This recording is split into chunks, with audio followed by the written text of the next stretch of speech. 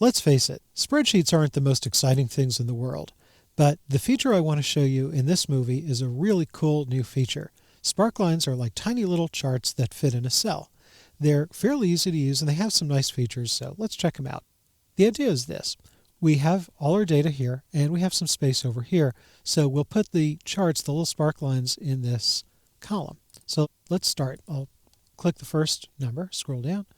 I'll click the last number, and sparklines are things that you insert, so let's go to the Insert tab. And over here is the sparklines group. Let's start off with a line, so click Line.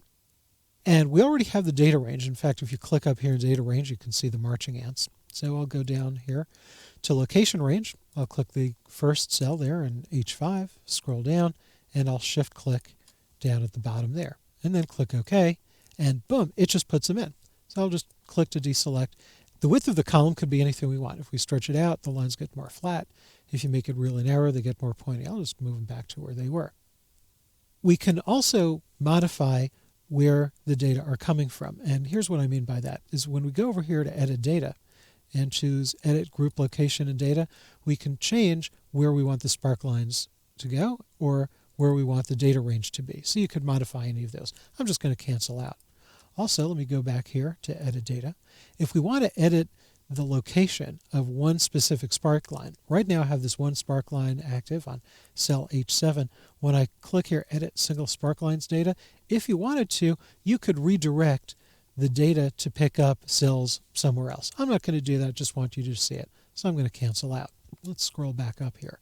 Now I said that you could also choose where the lines are going to go first and then pick up the data. So let me show you how to do that. Now you can't simply delete. What you do is you make sure that any one of the sparklines are selected. And up here, make sure that Sparkline Tools in the Design tab is selected. And go over here to Clear and just choose Clear Selected Sparkline Groups, and they're gone. So let's do the reverse.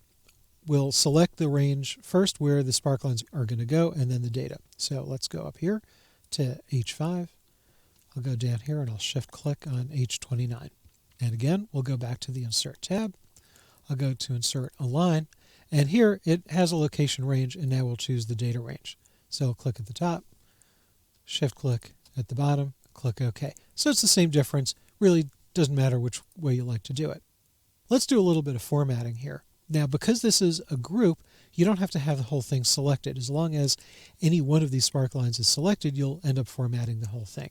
So we could look at things like the first point, the last point. You see the little dots are coming on there. If you want to see the high, the low, if you have negative points, and if you want to see every little marker, that is every little data point, every change, you can click markers over here. So you could turn these on and off as you like. Change a couple of other things. Let's change the color. Let's change the width, make these a little thicker, and maybe let's change the marker colors over here. And from that, you have all these different styles that you can choose from. So you really have a lot of control over it. We have some negative values. So let me remove some of these points here. So just the negative points are sticking out. So you can see them and they're okay, but I'm going to show you a way of seeing much more clearly where the negative values are.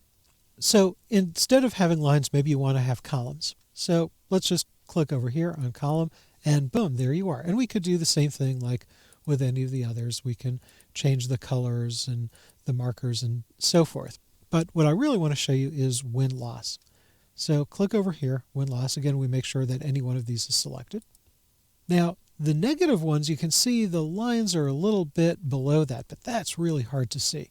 So let's go over here to marker color, and let's turn negative points into something else. So here, if they're bright yellow or some other bright color, now they really stand out. So if all you're concerned with is positive value and negative value, this, I think, is the best way to do it. And you can still change any of the other formats that you like. So my advice is go play around with them, and I think you're going to enjoy the new feature.